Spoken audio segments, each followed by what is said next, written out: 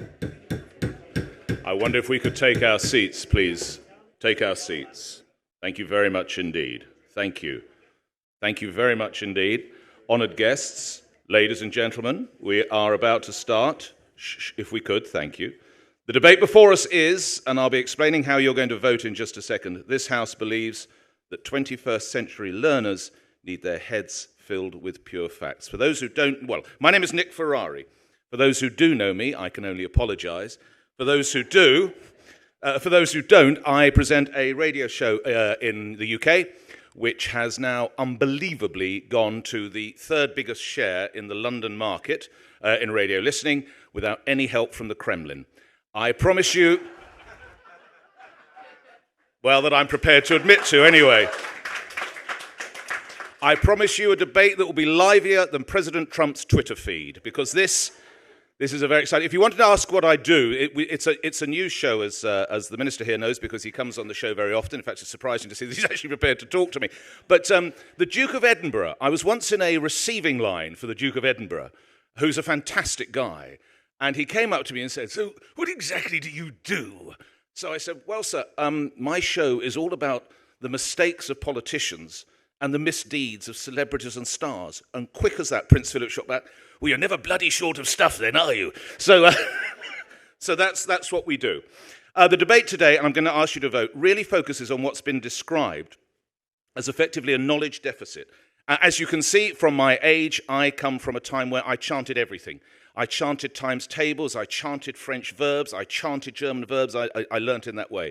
My sons, who are, well, one's 30 now, one's in his late 20s, I remember helping them with schooling one time, and I was absolutely horrified at how they were learning French. I remember it was a fee-paying school. I stormed up there the next day. "What the bloody hell is going on? I'm paying all this money. He doesn't know je regarde, tu regarde, il regarde, nous regardons." And they said, "Don't worry about it." We've got some French here, thank God. We said, "Don't worry about it. It's all going to be fine." I said, "You don't know what you're talking about." Both boys got A's in their GCSE, so clearly there's something. But it is the idea of how important are facts in this modern world, where people I'm looking at now, everybody in this room is younger than I am, your children, your children's children, will now learn in such a different way. What this is essentially about, do facts matter now in the modern age? And that's what we're here to debate. Very briefly, we have four great speakers, all of whom are going to have 7 minutes each. And it's not a hard 7 minutes. So if it gets to 7 minutes 30, they'll start to hear this. 8 minutes to start to hear this. If they're still going after 10, it'll get like this and we'll bang them off. So that's just basically how it's going to go. But at the heart of this is we're going to take a vote now, because that's what it's all about. So as Ruth has helpfully instructed me, if you'd like to take, is it called a clicker, Ruth? Is that what we call? Okay. If you'd like to take your clicker, I will now read the debate one last time. Well, last time for now. This House believes that 21st century learners need their heads filled with pure facts. If you are for the motion, please press button A. If you are against, button B. If you're undecided, button C. So if you are for the motion, please A. If you are against, button B. And if, well, there we are playing, I think, from Vicas's own iPad there. It's very nice. And C, undecided. Would you please press the button? And there we have it. So for, if I'm looking at this, wow, 20%, 67 against, 13, let me just make a note of those because I've got to read those again, and we will move to the first debate. Now, I'm going to say again, are you happy? Am I hearing anger or anything? No, everybody happy? Yeah, 20, 67, 13.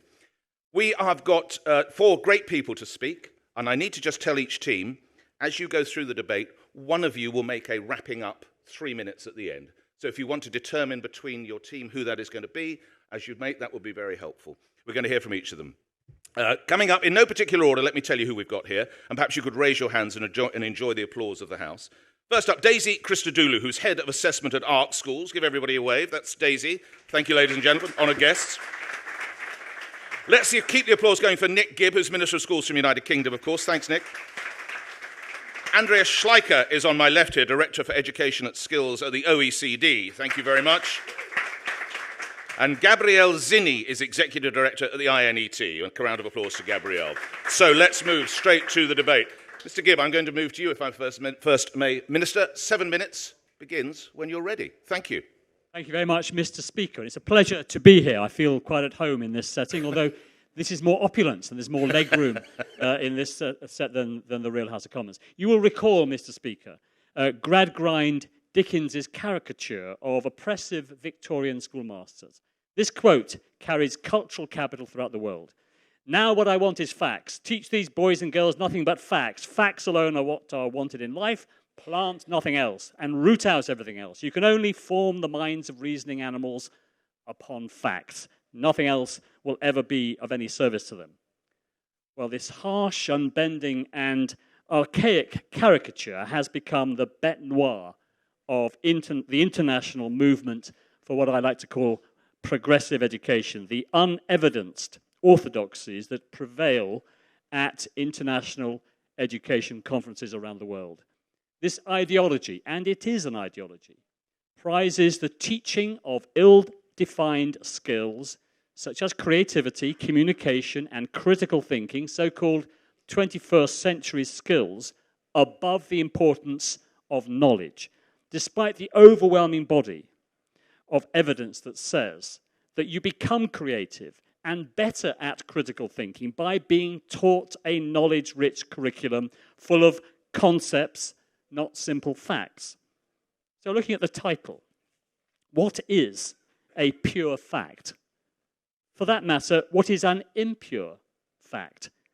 The title of this debate suggests that those supporting a knowledge-based curriculum do so at the expense of ensuring pupils become rounded individuals. The image of passive pupils having their heads filled with useless facts dislocated from wider context. That's the notion that this title seems to convey. But that, of course, is not what we mean when we talk about a knowledge-based curriculum. It's not the dates of reigns of monarchs that matter, but what happens in between these dates, the narrative, the decisions, the complexity, the principles and passions of the events that happen in history. And this is typical of debates like this, Mr. Speaker, where the anti-knowledge orthodoxy is so ingrained. Consider the title of this debate again. When talking to a constituent who lives in my area of England, if I were to refer to a school child as a learner rather than a pupil, they would think I was going mad. Yet this ideologically driven lexicon, which seeks to undermine the traditional relationship between teachers and pupils, is ubiquitous in international education conferences. But the motion does contain some truth. A broad, knowledge-rich education is at least as essential for life in the 21st century as it was in any previous century. Yet the education world is awash with claims that the proliferation of technology has changed the role of teachers. It's argued that teachers no longer need to teach pupils the facts and events of history or the facts and concepts of science because they can just look them up on their smartphone. They can just Google it. Instead, it's argued that the context of the 21st century justifies a focus on so-called 21st century skills as opposed to knowledge. And the position is perhaps best summarized by this quote. This makes your case for you, by the way. This quote. But then I'll knock it down. I quote, "We find ourselves in a rapidly changing and unpredictable culture. It seems almost impossible to foresee the particular ways in which it will change in the near future or the particular problems which will be paramount in 5 or 10 years. Under these conditions, much emphasis must be placed in schools on the development of generalized ways of attacking problems and on knowledge which can be applied to a wide range of new situations. That is, we have the task of preparing individuals for problems that cannot be foreseen in advance, and about all that can be done under such conditions is to help the student acquire generalized intellectual abilities and skills which will serve him well in many new situations." Well, that was from Bloom's taxonomy. And according to Bloom, we were then on the precipice of a great new age, and education must change to keep up with the times. Bloom said that in 1956. And no, this age is not different. The invention of Google and smartphones has not changed these tired old arguments. So I ask you, when was the following written? And I quote again, "Educated people are not those who know everything, but rather those who know where to find, at a moment's notice, the information they desire." When was that written? In 1996, when Google was founded? Or in 2007, after the launch of the iPhone? In fact, that was written in 1914. These tired arguments are not new, and they are not based, Mr. Speaker, on any evidence. As E.D. Hirsch wrote in the year 2000, there is a consensus in cognitive psychology that it takes knowledge to gain knowledge. Those who repudiate a fact-filled curriculum on the grounds that kids can always look things up miss the paradox that de-emphasizing factual knowledge actually disables children from looking things up effectively. To stress process at the expense of factual knowledge actually hinders children from learning to learn. Yes, the internet has placed a wealth of information at our fingertips, but to be able to use that information, to absorb it, to add to our knowledge, we must already possess a storehouse of knowledge. That is the paradox disclosed by cognitive research. That's E.D. Hirsch. The scientific evidence is clear on this point. The Deans for Impact group best summed up the cognitive science research when they said, each subject area has some set of facts that, if committed to long-term memory, aids problem solving by freeing working memory resources and illuminating contexts in which existing knowledge and skills can be applied. Pupils, Mr. Speaker, are novices. If you could move to your conclusion, nearly please, there, Mr. Gibb. nearly there, Thank you Mr. indeed. Speaker. Thank you. Nearly there. Pupils are novices, and the scientific research is overwhelming on the differences in the way experts and novices learn. It does not suffice to provide novices with general strategies for finding information, nor does it suffice to teach pupils generic skills such as problem solving. As Bransford, Brown and Cocking state, experts have acquired extensive knowledge that affects what they notice and how they organize, represent, and interpret information in their environment. This, in turn, affects their ability to remember, reason, and solve problems. So I would urge you to skeptically vote for the motion today. It's badly worded, but I hope, more importantly, you will understand the importance of knowledge in our school curriculum throughout the world. Thank you very much. Your appreciation for Mr. Gibb. Thank you. Thank you indeed, Mr. Gibb. Never has he spoken so courteously to me in his life, I tell you, as he does on the road. There we go. I'll remember that, Nick. Please, your appreciation for the start of the other side of this. Welcome, Andreas Schleicher, Director of Education and Skills at the OECD. Mr. Schleicher. Thank you, Speaker. And I want to start by saying that everyone in this room understands the crucial role of knowledge in learning. The debate here is not about the relevance of knowledge or irrelevance of a knowledge-based curriculum. The motion in front of us here is that schools should fill the heads of 21st century learners with pure facts. That motion just not only lacks any sense, I almost consider it close to a criminal offense. Because it does make students just almost as smart as a smartphone. And in fact, the dilemma that we see for educators today precisely is the kind of things that are easy to teach, easy to test, the reproduction of subject matter content are precisely the kind of things that robots are taking over so generously as we speak. There's no question that state-of-the-art knowledge is a key foundation. You can only learn by learning something, but in fact, making this as a goal and the idea that we should just chuck that into the minds of people is sort of something that will just make them up for failure. The world no longer rewards us just for what we know. The world rewards us for being able to apply, use, and creatively use what we knew in novel situations. And again, that is not a new phenomenon. That's always been the case.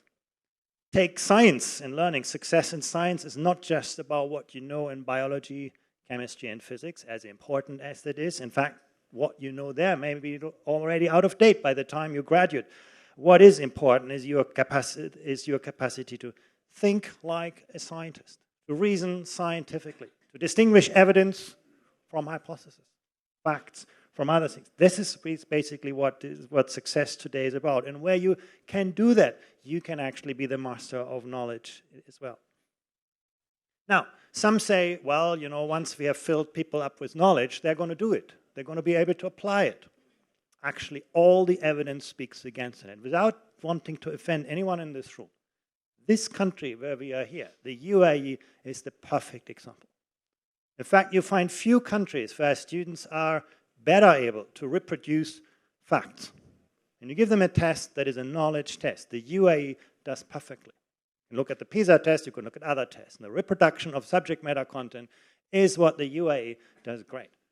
The moment you ask students to extrapolate from what they know, to apply their knowledge creatively, to transfer their knowledge to other situations, they don't get anywhere.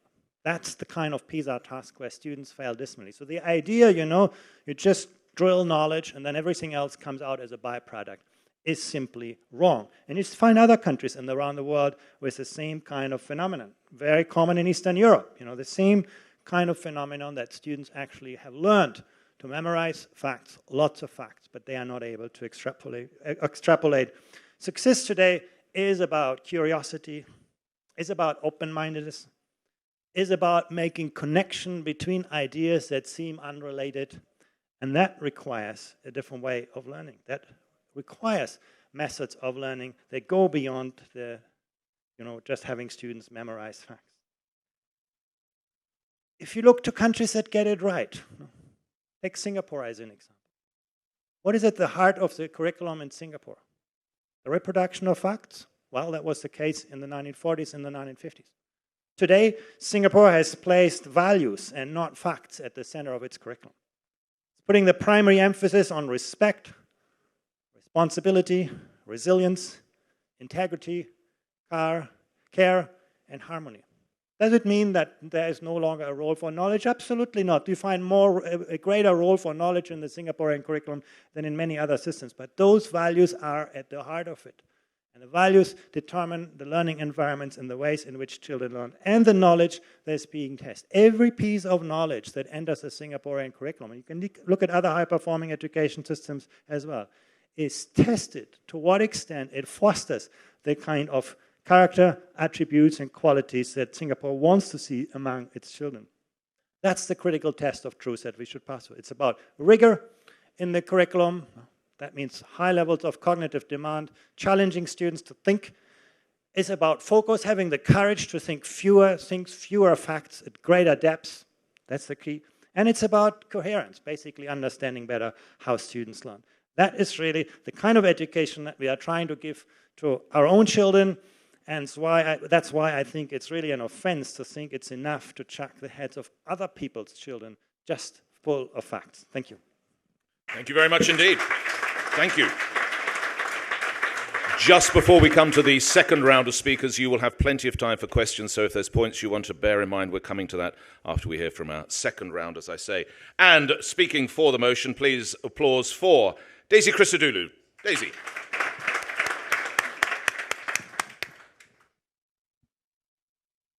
Ladies and gentlemen, so I think, first of all, in debates like this, it's very important for us to establish the points we agree on so that we can focus all the more clearly on the things where we disagree. So I would like to make it clear that there is a lot of agreement, I think, between the two sides today. We completely agree with the opposition that the critical thinking, that problem solving, that the application of knowledge and reasoning strategies are vital in the modern world. And we also completely agree that the task of modern education should be to equip pupils with such skills. And we also agree that the education system in very many countries does need to be fundamentally re-engineered in order to achieve these aims. And in fact, it's precisely because we agree so profoundly on these points that we disagree so profoundly with the opposition as to the correct role of facts in education. Because for us on this side of the house, the way we will achieve all of these vital and indeed noble aims is through filling the heads of pupils, not learners, with pure facts. And I think the opposition have performed an interesting sleight of hand in that they conceded the importance of some facts, of the basics, but then argue that education is so much more than that. And in this way, I think they hope to persuade you that they are the moderates, arguing for a little bit of facts and a little bit of skill and creativity.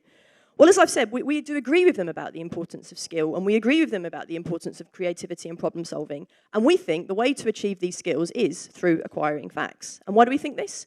Because of the evidence from cognitive science about exactly how the human mind works. And the modern scientific evidence on how we acquire such complex reasoning skills is very, very clear. And in this speech, I'd like to use this evidence to extend the arguments of the first speaker in two ways. So first of all, I want to show how the scientific evidence tells us that these vital higher-order skills don't just depend on knowledge, that to a very large extent they are knowledge. And second, I'll show that an important implication of this research is that in order to achieve and acquire such higher-order skills, we have to take part in activities that look very different to them. The ends look different to the means. So first then, the evidence on what skill is. And skills such as creativity and problem solving are specific to particular subject areas. And to the extent that we can talk about anyone as being a creative genius or a good critical thinker or a good problem solver, it's because they have a deep and broad knowledge in a range of different areas, across a whole range of subject areas. And in fact, one of my favorite papers, scientific papers on this, is called, Could Steven Spielberg Have Managed the Yankees?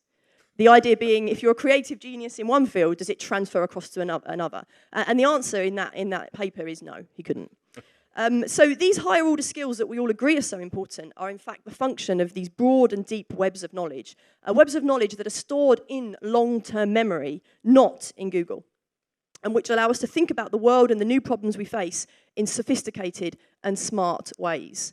And however brilliant information technology gets, and however quick you can run a search on a search engine, you will still need those facts in long-term memory, because that's what allows you to free up the space in your working memory, in your consciousness, to be able to grapple with the new problems that the 21st century will undoubtedly throw at us. And to dismiss these webs of knowledge in long-term memory as just being the basics, as something that perhaps can be polished off in the first 10 minutes of a lesson or the first few years of an education system, it is fundamentally to misunderstand what they are and to misunderstand the role of knowledge in these higher-order thinking processes. As the scientist John Anderson said, all that there is to intelligence is the simple accrual and tuning of many small units of knowledge that in total produce complex cognition. The whole is no more than the sum of its parts, but it has a lot of parts. And that's it. There's a lot of it. And it's easy for us as adults to forget this vital importance of knowledge and the amount of knowledge we need, precisely because we have so much of it, we've embedded it so well in our long-term memories that we forget we've got it. And there's even a term for this in the literature. It's called expertise-induced blindness. So expertise-induced blindness, I think it's similar to a rich person who tells you that money doesn't matter. It's easy to be blasé about something when you've got a lot of it. And for many of us in this room, we have that knowledge and our pupils don't. And the role of an education system should be to fill their heads with that vital knowledge that civilization has built up over millennia and that cannot be discovered by any one individual in the course of a lifetime, and that cannot just be discovered through projects or through learning just from experience. And the evidence on how we read illustrates this very, very beautifully, the importance of knowledge. Take a typical newspaper headline. This one recently from the New York Times. US may soon warn China to constrain North Korea. Or one from a few years ago from The Guardian. NATO in Libya, catch-22. How does one understand those headlines? Does one understand those headlines through the application of generic skill or reasoning strategies? Does one understand them by saying, I must look at things from both sides or applying some general maxim? No, one does not. One understands those headlines by knowing history, by knowing geography, by knowing vocabulary, by even knowing the casual literary reference of catch-22. And those casual literary references, when you start looking for them, you'll see them everywhere. And you'll see how hard it is to truly understand something if you can't pick up on those references, and if you don't know where these places in the world are and these events in history that headlines and newspapers are always referring to.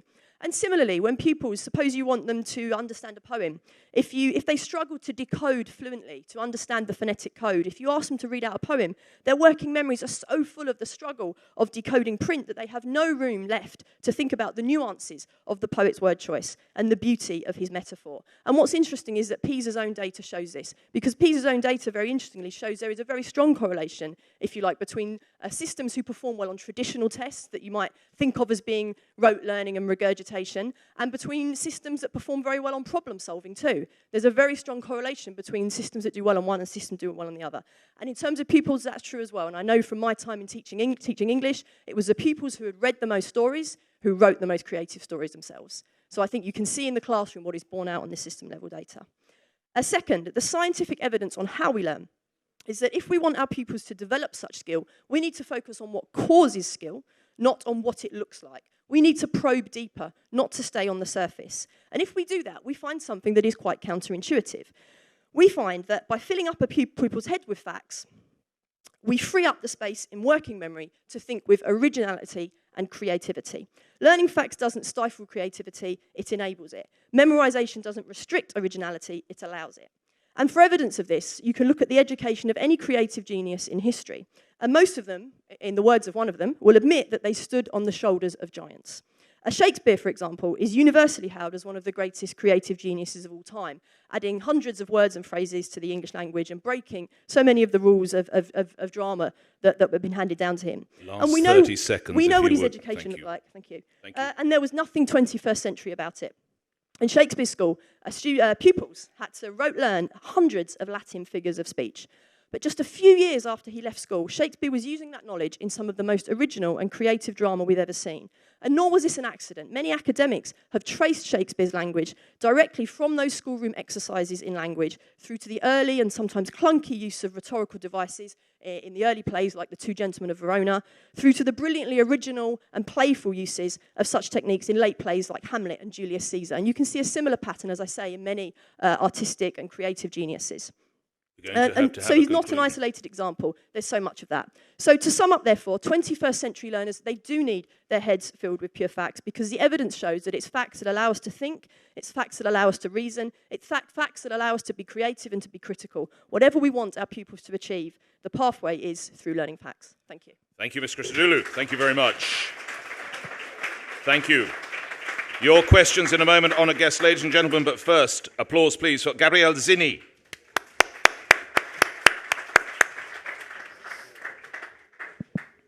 Thank you, Mr. Speaker. Thank you. Based on what Andreas mentioned and how he promoted skills, and the way, we also think that we need to add how we teach these skills, because usually the systems and the other side argue this in their writings. So the system